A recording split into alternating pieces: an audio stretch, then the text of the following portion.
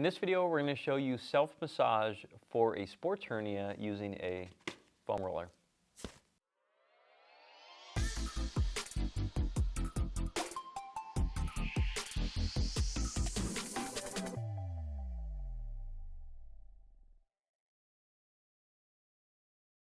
My name is Sebastian, and this is Don. Hello. We are part of the locally world-famous chiropractors in Costa Mesa, California at Performance Place.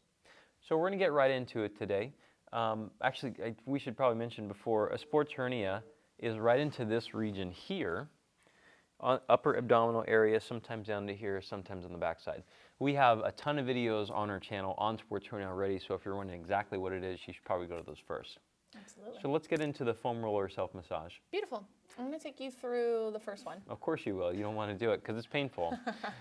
Okay. So we're going to get right into the adductor. We're going to talk about the top 3 places that you should roll out. It's not always wanting to roll out the area that hurts, but around the area that hurts, and you may notice that it changes what you're feeling. So Seb's going to get down here. For you, actually, I'm going to recommend take this knee out from under you. Just lay on your belly. Of course you will. There you go.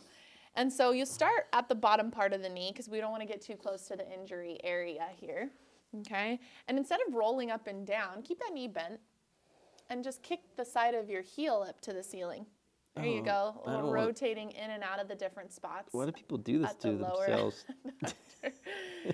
This is probably one of the most painful spots you guys are going to feel. If you're creating your chief complaint in this area, please only work through the range that is not hurting your problem spot. If it's tender under where you're at, that's totally okay.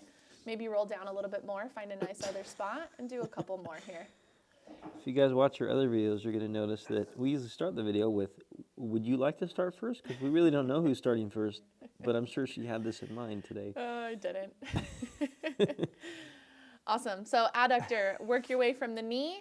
I'd start, probably wouldn't go any further than like mid-belly, kind of that thickest part of your inner thigh here. You get too far up into that tendon where it attaches, you're getting to the problem spot or potential problem spot. You might create more tearing. So just work through the meat of the muscle first. Okay, let's do the glute group. Glute group. How about the glute med in particular? It's usually the upper. Okay, so you want to show me how you would do that? Yeah. And I'll make any fine suggestions to make it more painful for you. I haven't done this in Go a while. ahead, come into the middle of the camera. Okay. Okay, here we go. Better? Yeah, let's go with that. Okay, so Dawn's making it kind of painful for herself already, so I don't know if I need to make too many corrections, but generally, right now she's on the back side of the bony bone on the side of the hip. So the bony bone is right on the side when you point at it right into, well, you're pointing at it for you. Good, so you don't want to be on that spot because then you're putting the foam roller right on the bone and there's a bursa there, it's going to become irritated. So you want to go a little bit behind that, which is why she's kind of slightly facing the ceiling, and then she's going to roll about, and she can use this back and forth motion a little bit to figure out what the most tender spot is, and then she's just going to go at it, huh? And make faces. And make faces, It's yeah. required. I don't know why people do this to themselves. Normally spending about 30 seconds to a minute in this position. Some people have a little bit of a problem holding their weight with their arm. In that case, you could do a sideline one where you put your elbow on the ground, and this is another version too.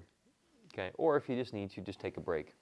The good news is you kind of get a little bit of exercise out of this too, right? It's like you're doing a side plank. Yeah, I feel some belly working. Yeah, so that's the nice thing about doing self-massages of foam rollers because you have to do a little bit of work too. Awesome. What do you want to do last? Find that same position that I was in, but let it roll up to kind of your I'll go this way. side like that. There you go. And so with this one, we don't want you to just put your full body weight into the foam roll here because you're going to find a nice little tender spot. We don't want to crush any structures in the spine. So he's doing a good job of supporting himself with the elbows there, and again, using this upper leg to decrease how much load or increase how much load here. And so for this, what I want you to do is once you're on the side here, you can roll forward or roll backward until you find a nice little tender spot on your backside. So you're going to find it. So don't go on the ribs, huh? Not on the ribs. And I mean, even down into the hip bone there is going to be okay because that's going to be part of maybe the upper glute area that you're going to hit. But I'd go right into the squishy part of the backside here. Yeah. Work on some tender spots, roll in different directions. But you notice that the muscles that we hit today are not your problem area, it's around the problem area. And that may actually decrease some discomfort you're feeling. Yeah, so I don't know if Thing mentioned it already in this video, but the reason why we're staying around the areas of the symptom is number one is we don't necessarily want to challenge the tissue that may be trying to repair itself. So usually after the course of like 3 weeks or so, like you may be able to go a little bit more direct, but who wants to put this on their abdominal wall anyways? Especially if it's torn. Or in their pubic bone. I think it's a bad idea. And so what we're trying to do is we're trying to improve the function of the hip, because as we used the analogy in the other video about what creates sports hernias, we talked about how important the hip function is to the sports hernia, right? Yeah, absolutely. And if you've been doing tissue work, somebody else is doing it for you, you're doing it at home, you're getting temporary relief, but you're not noticing any improvement, especially if this is not acute anymore, it's been around for a while, I'd recommend finding our videos of what exercises you can pair with this to start just building up better movement in that area. Yep. Typically what you need to do to resolve a sports hernia is, number one, you have to find something that makes your symptoms decrease quickly. Many of you have found that rest really works for you, but some of you feel like it's just day in, day out, it's always there. In that case, hand selecting a movement medication, a position, a posture, or some type of stretch generally tends to work, and normally over the course of a couple weeks, and it settles things down.